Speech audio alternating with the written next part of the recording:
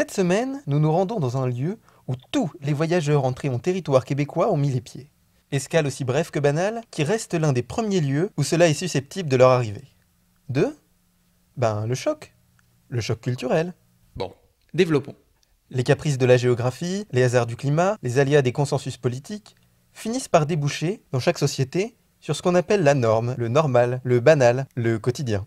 Ces composantes variant d'un lieu à l'autre, il est des petites choses naturelles ici qui rentreront dans la case inhabituelle pour quelqu'un venu d'ailleurs. L'importance accordée à tel usage, la priorité donnée à telle ou telle fonctionnalité pourront renvoyer aux spécificités de chaque culture. Trêve d'introduction. Rendons-nous dans ce lieu où tous les voyageurs ont transité. Excusez-moi, c'est où Au fond du couloir à gauche. Merci. De rien?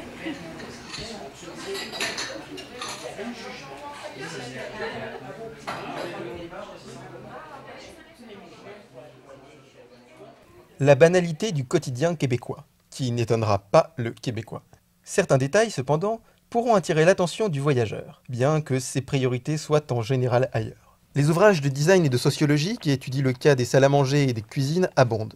Inversement, rares sont les lignes consacrées à ces lieux bien moins nobles et pourtant tout aussi quotidiens, et donc tout aussi révélateurs de parcelles d'histoire ou de culture.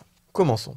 Ces ouvertures en haut et en bas, et ces bâillements sur les côtés, qui permettent aisément de voir à l'intérieur de la cabine, ont très souvent été cités par des voyageurs français comme quelque chose d'incompréhensible. De leur côté de l'Atlantique, on parle avant tout d'un lieu intime qui se doit d'être parfaitement clos. On a fait une norme avec des cages puis pour voir l'accès parce que bien souvent, il peut arriver des choses dans des toilettes publiques. Puis c'est pour ça qu'on voit le dessous des salles de bain pour que s'il y a de la sexualité ou whatever, qu'on soit capable tout de suite d'éliminer à la source, parce que sans ça, ils descendraient les panneaux. Puis en même temps, dans les salles publiques ici au Québec, c'est en même temps l'aération. Ce premier détail révèle donc une hiérarchie des différentes priorités dans la sphère publique. Le consensus met d'un côté l'accent sur l'ordre, de l'autre sur l'intimité.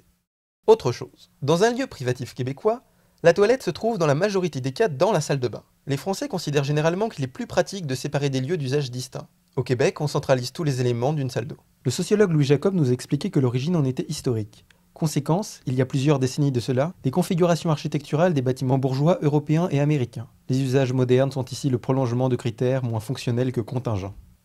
En nous penchant sur la vasque de faïence, on relève encore deux autres détails. Ici, un trou supplémentaire et un étonnant débit d'eau. Ça fait un effet de succion.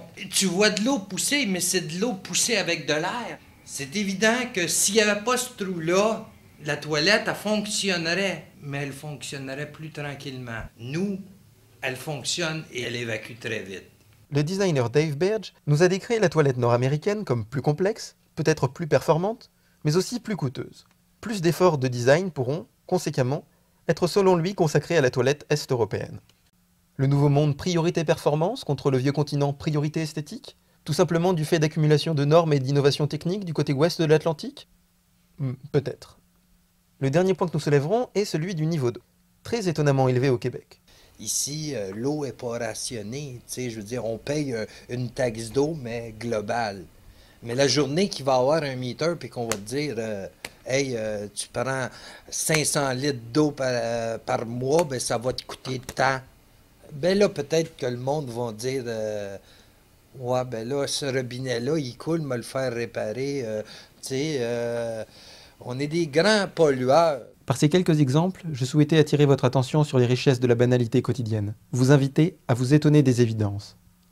D'autres lieux recèlent d'autres surprises, qui nous ouvrent à la compréhension de l'autre, de sa culture, de son histoire.